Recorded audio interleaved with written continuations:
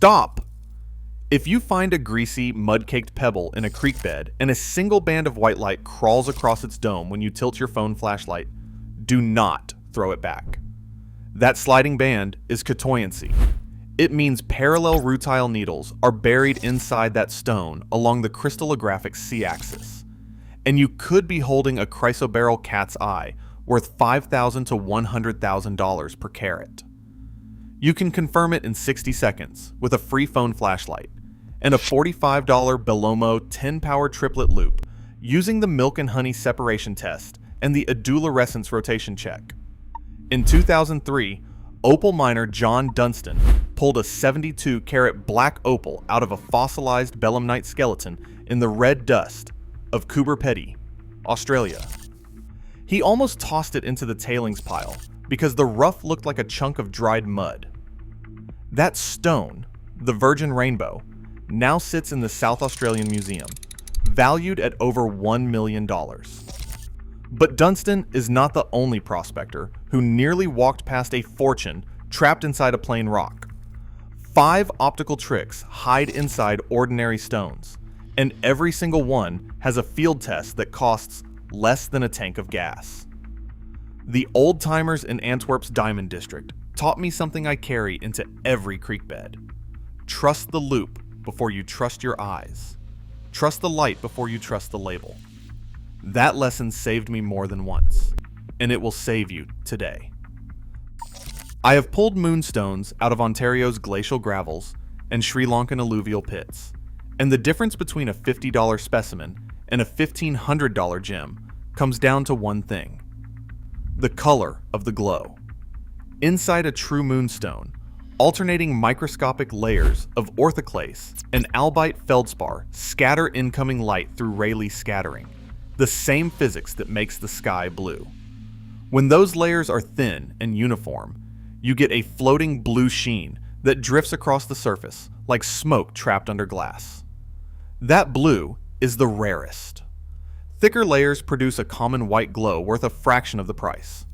The specific gravity sits between 2.56 and 2.60. Mohs hardness 6 to 6.5. Monoclinic crystal system. The field test takes 10 seconds.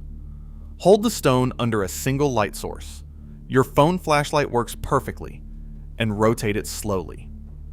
Genuine Adularescence will float and shift position as you move the stone. If the glow stays fixed or looks like a surface film, you are holding a coated fake or a piece of glass. Pull out your Belomo 10-power triplet loop, $45 from any gemological supplier, and look for fine parallel layers inside the stone. No surface coating, no tricks, just pure internal structure. The Royal Ontario Museum holds a Sri Lankan moonstone from the 1920s, 186 carats of exceptional blue Adularescence that would stop any dealer on the Peliconstrat dead in his tracks. You can find moonstone in river gravels from Quebec to Myanmar, but the finest blue material still comes from Sri Lanka's Mediagoda mines. In Canada, Crown land is open for hand tool collecting, but always verify claim status before you dig. I have watched more than one prospector toss a blue moonstone back into the gravel, thinking it was just another chunk of feldspar. And somehow, the geology gets even stranger from here. I have seen Lightning Ridge at dawn, red dust caked on my boots, and watched a chunk of black opal explode with every color in the visible spectrum right there in my palm. The secret is not chemistry. It is architecture. Opal is an amorphous mineraloid, silica spheres stacked in a regular 3-dimensional array like oranges in a crate. When those spheres reach 0.2 of a micron in diameter, they diffract red light, the rarest fire and the most valuable. Smaller spheres give you green or blue. The blacker the body tone behind that fire, the higher the price climbs. Specific gravity ranges from 1.98 to 2.25, depending on water content. Mohs hardness is 5.5 to 6.5. The field test costs nothing. Drop the stone in a cup of clean water. Genuine play of color will persist and may even brighten underwater. Synthetics and dyed stones often lose intensity, and under your 10 power loop, synthetic opal reveals a telltale columnar structure that natural opal never shows. John Dunstan found the Virgin Rainbow in September 2003 at 3 Mile Fields, Coober Pedy. The opal had formed inside the fossilized internal shell of a belemnite, an extinct marine creature, and it glows in the dark under ultraviolet light. 72.65 carats of black crystal opal with red fire so intense that the South Australian Museum built a dedicated case for it. But the early days at Coober Pedy were chaos. Miners bought explosives from grocery stores and occasionally blasted into their neighbors' homes. Claim disputes turned violent more than once. If you want more field guides, exact coordinates, and the tools I carry into every dig site, subscribe now. I publish new geology every week, and the next find could be yours. While all of that opal chaos was unfolding in Australia, a very different optical phenomenon was making history in New York City. I have held a star sapphire from Montana's Yogo Gulch and watched the 6-rayed star dance across the polished dome under a single $5 LED penlight. The science is elegant. 3 sets of rutile needle inclusions intersect at exactly 60-degree angles inside the trigonal crystal structure of corundum. When you cut that stone en cabochon and hit it with a point light source, those 3 needle sets each reflect a single line of light, and the 6 lines converge into a perfect star. Specific gravity is 3.99 to 4.02, Mohs hardness 9, second only to diamond. The field test costs $5, a penlight. Hold it 6 inches above the dome in a dark room. The star must move with the light source and show 6 distinct, sharp legs reaching toward the edge of the stone. If the star stays static or the legs blur together, you are looking at a diffusion treatment. Immerse the stone in water and check for color pooling at the edges, a dead giveaway of artificial enhancement. The Star of India weighs 563.35 carats and was mined in Sri Lanka roughly 3 centuries ago. Financier J.P. Morgan acquired it through mineralogist George Coons and donated it to the American Museum of Natural History. Then, on the night of October 29, 1964, 3 sharply dressed young men from Miami Beach changed everything. Jack Murphy, known as Murph the Surf, along with Alan Kuhn and Roger Clark, had cased the museum during visiting hours. They unlocked a bathroom window on the 4th floor. After dark, they climbed back in, bypassed minimal security, and smashed open the display cases. The alarm system was not functioning. Their haul included the Star of India, the DeLong Star Ruby, and 22 other stones, valued at $410,000 in 1964 money. But Murphy's triumph lasted less than 48 hours. Police arrested the crew on confidential tips, and the Star of India was recovered from a locker in a Miami bus station. Murphy served less than 3 years. That stone is back on display today, behind glass thick enough to stop a bullet. In Montana, you can hunt for star sapphires at fee digs like Gem Mountain or Spokane Bar. Think about that for a second.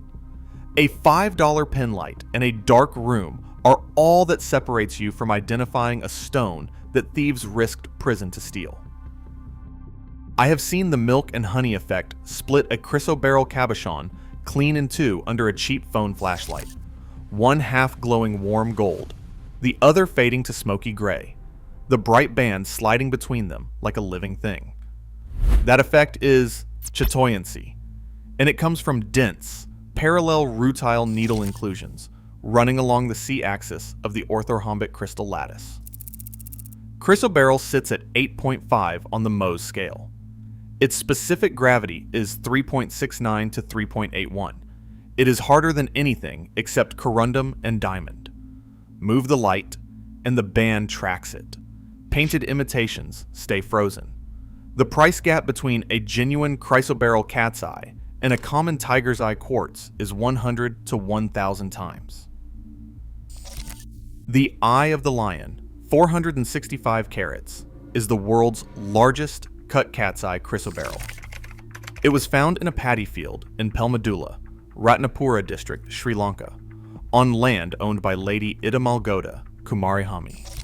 The rough weighed over 700 carats and was cut in 1930 under the supervision of the family's Desawa.